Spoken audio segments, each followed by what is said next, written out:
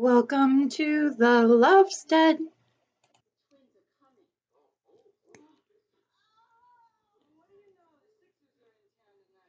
Hello, welcome back to Lady Lovestead Reads. My name is Jessica and this is my weekly vlog.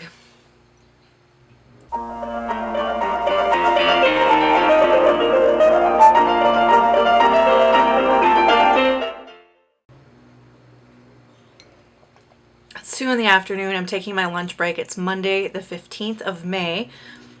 This is decaf. It's delicious. So today I have just been logged into work and working. It is a gorgeous day. Like the sun is shining. The temperature is perfect. I'm really excited to finish my work day and get out to the barn today. Let's talk about what I'm reading. On Kindle Unlimited, I'm actually reading 2 books because I got a little bit ambitious last week about what I was reading. So first I'm reading Kill Switch by Penelope Douglas, which is dark romance. It's the 3rd book in the Devil's Night series, and it's about Damon and Winter. I'm only 50 some pages into this almost 700 page book. So not much to say other than in those 50 pages, she hooked me, and I'm really liking it. The other book I'm reading on Kindle Unlimited is a cozy mystery called The Mad Catter by Kathy Daly, and this is book 2 in her Whales and Tales series. This is set on an island off the coast of the Pacific Northwest called the Madrona Islands. And the sleuth in this story runs a cat sanctuary, coffee shop, bookstore, like dream life, basically. Hello. And in this installment, someone involved with the church is murdered and the priest is the main suspect. So the sleuth in this story is like really worried because the island is mainly settled by Irish Catholics. And so the church is like the foundation of their community, and it will really rock them if the priest is found guilty of murder. And so she's hoping that it's not him and going to try to figure out who done it. On audiobook, I am going to start The Silent Patient by Alex Michaelides. All I know is that this is a thriller, and it's about a patient in a psychiatric hospital who murdered her husband and hasn't said a word since then. She doesn't talk at all. That's what I know about it. I read The Maidens by Alex Michaelides like a year ago and really liked it. And everybody loves this book. It's a booktube darling. So I'm finally going to start that on audiobook probably today, depending on whether or not there are people at the barn. Because if there's people there, I'm not going to listen to my audiobook. If there aren't people there, I will. My regular size book that I'm currently reading is The Villa by Rachel Hawkins. I'm about 75% of the way through this one and really enjoying it. So this has dual timelines. It's a thriller. The first timeline is set in the 1970s at this villa in Italy, where a group of musicians and writers and basically like bohemian artist folks are staying there, and someone gets murdered. And then the second timeline is like present day timeline, and 2 writers have decided to go stay at the same villa. And they are going to work on their writing while they're there. And while they're there, they're learning more about the 1970s murder, yada, yada, yada. In terms of this book and how much I like it. It is brain candy, though. There's nothing all that, it sounds terrible for me to say this. And if, Rachel Hawkins, love this book. Great writer of brain candy thrillers. Not dissing it, not being a snob. There's nothing particularly thoughtful about this book.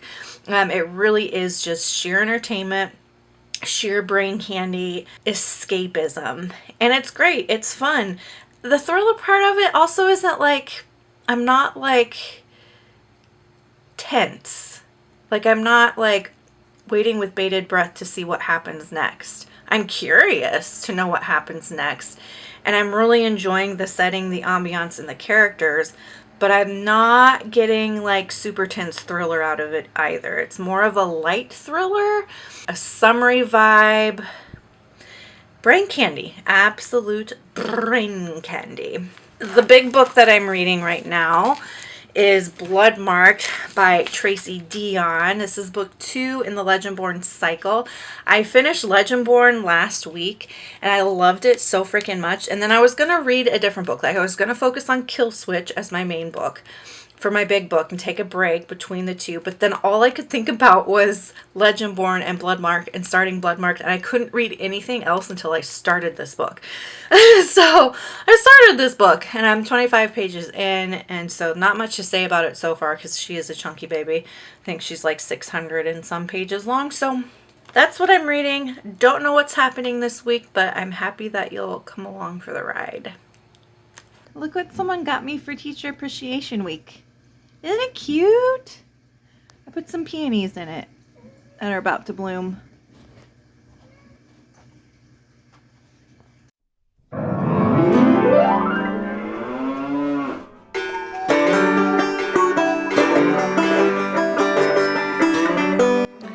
Look at this stick I found on a walk with the dogs.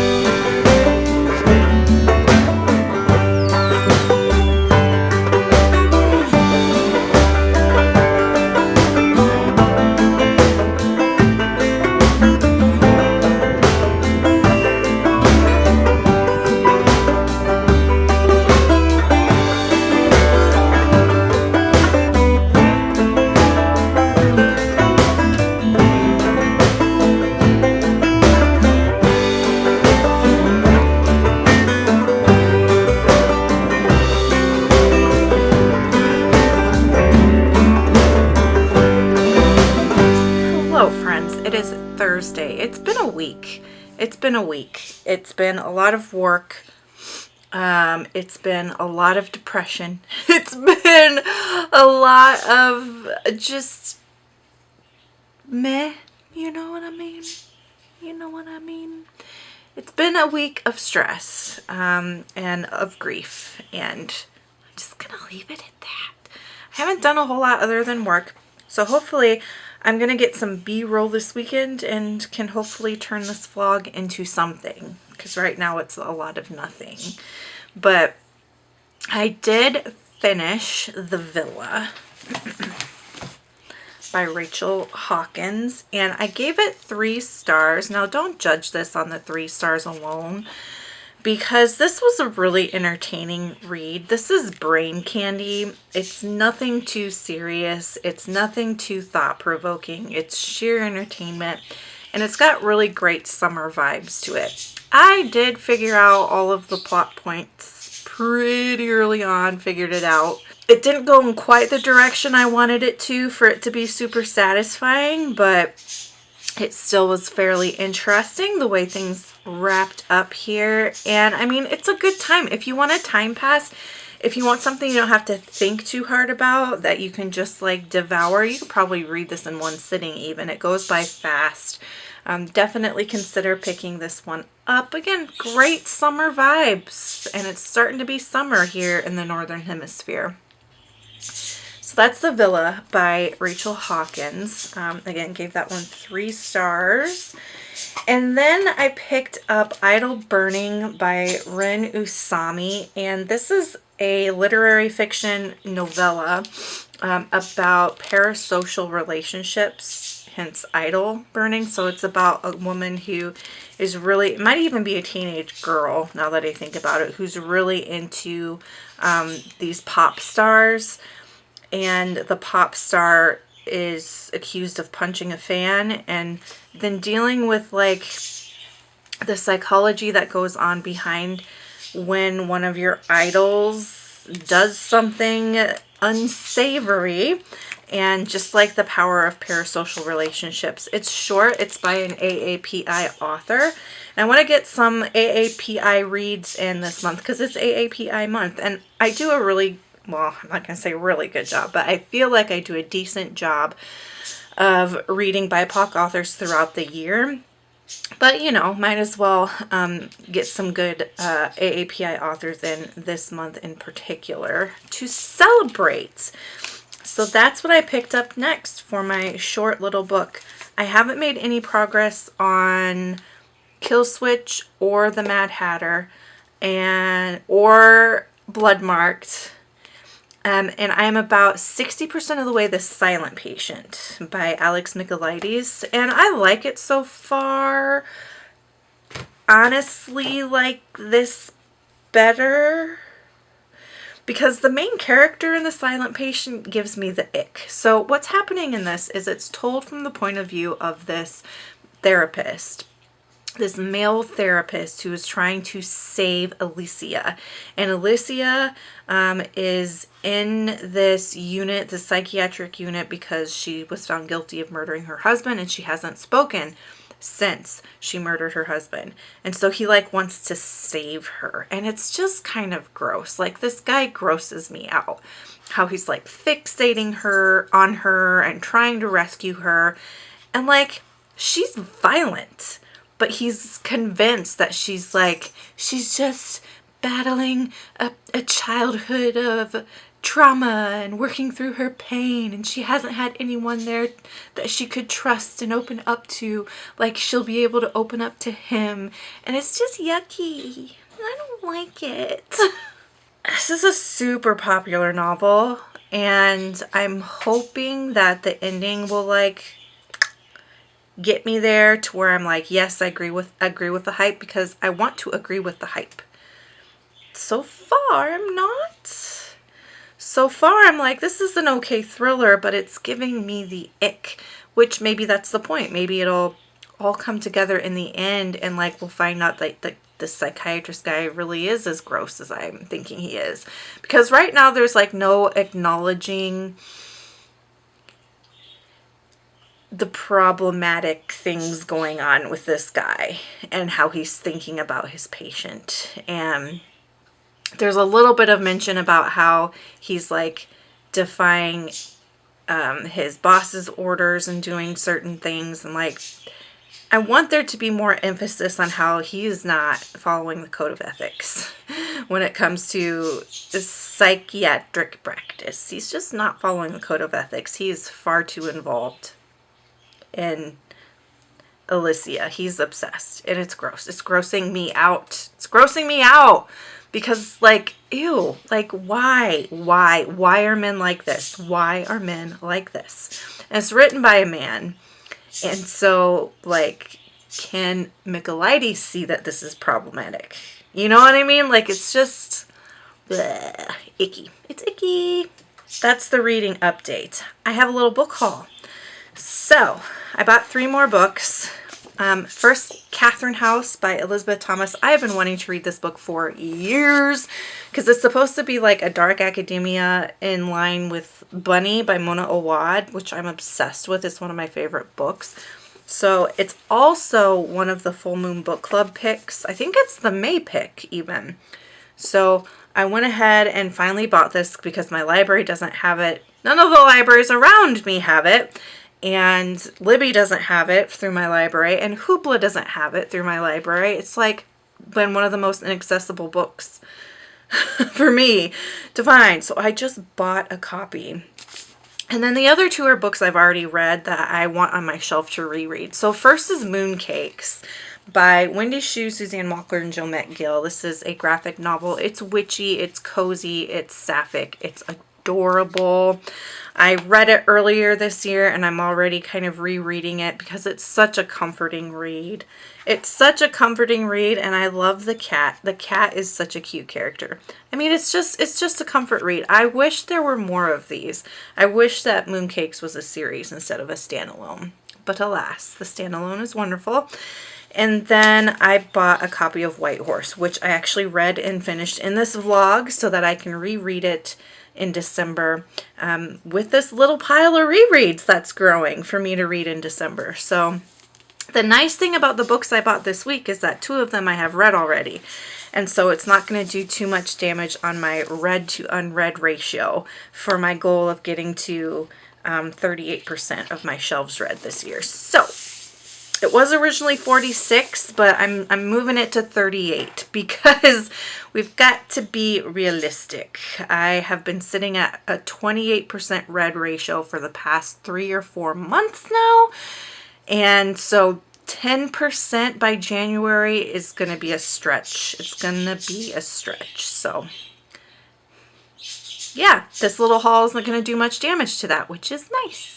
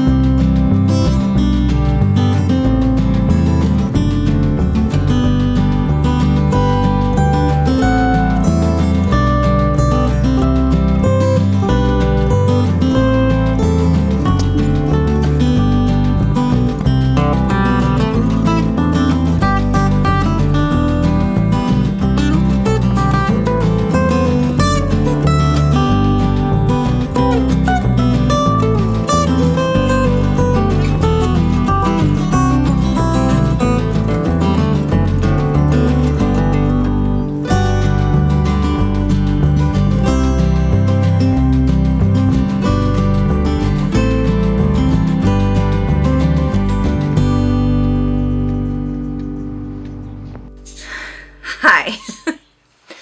It's Tuesday, the next week, and the week just kind of flew by so freaking fast. I don't even know. I mean, I spent a lot of the time working, a lot of the time at the barn. It just kind of went by, and I lost track of space and time, as I sometimes do, and I realized I haven't really updated you a whole lot. And I desperately tried to get some B-roll and some other content for you to make this vlog, you know, a vlog instead of just like a couple of check-ins. So hopefully I got enough. I went to the greenhouse this weekend to get some plants to start bucket gardening, which I'm going to do this week, which will be in the next vlog, you know, that I post. But, I mean, hopefully I'll get to it. We'll see. We will see. So, what did I end up reading? I think I already talked about The Silent Patient. I talked about The Villa. I did finish The Villa. I talked about that. The Silent Patient I finished. I gave it 3 stars. I can't remember if I talked about the wrap-up. I know I talked about currently reading it. I gave it 3 stars. I predicted this book, like, all of it. I predicted all of it. All of it. Every step of the way was easily predictable. And okay, one thing that bugged me a little bit was I feel like the psychology was not quite on point. I think that Michaelides was using psychoanalysis, which is wildly outdated and very rarely ever used, at least here in the US. So I don't know. I don't know. It was entertaining and there were some parts that were interesting, but for me it did not live up to the hype. And I actually liked The Maidens better than I liked The Silent Patient. So The Silent Patient was a 3-star read. And then I picked up and read Idle Burning. And I forget who wrote this. By Ren Usami, and this is translated from the Japanese by Asa Yoneda. This is a novella, and it's about fan culture in Japan, and it's about a teenager who's really obsessed with this pop star. And she spends all of her time and money like curating information and memorabilia about this particular pop star. And at the start of the book, we learn that this star is accused of punching a fan. And so the book tries to sort of explore what happens when these idols, these parasocial relationships, fail. And they reveal their humanness, and they screw up, and they make mistakes. It was interesting, and I really liked what it had to say about fan culture.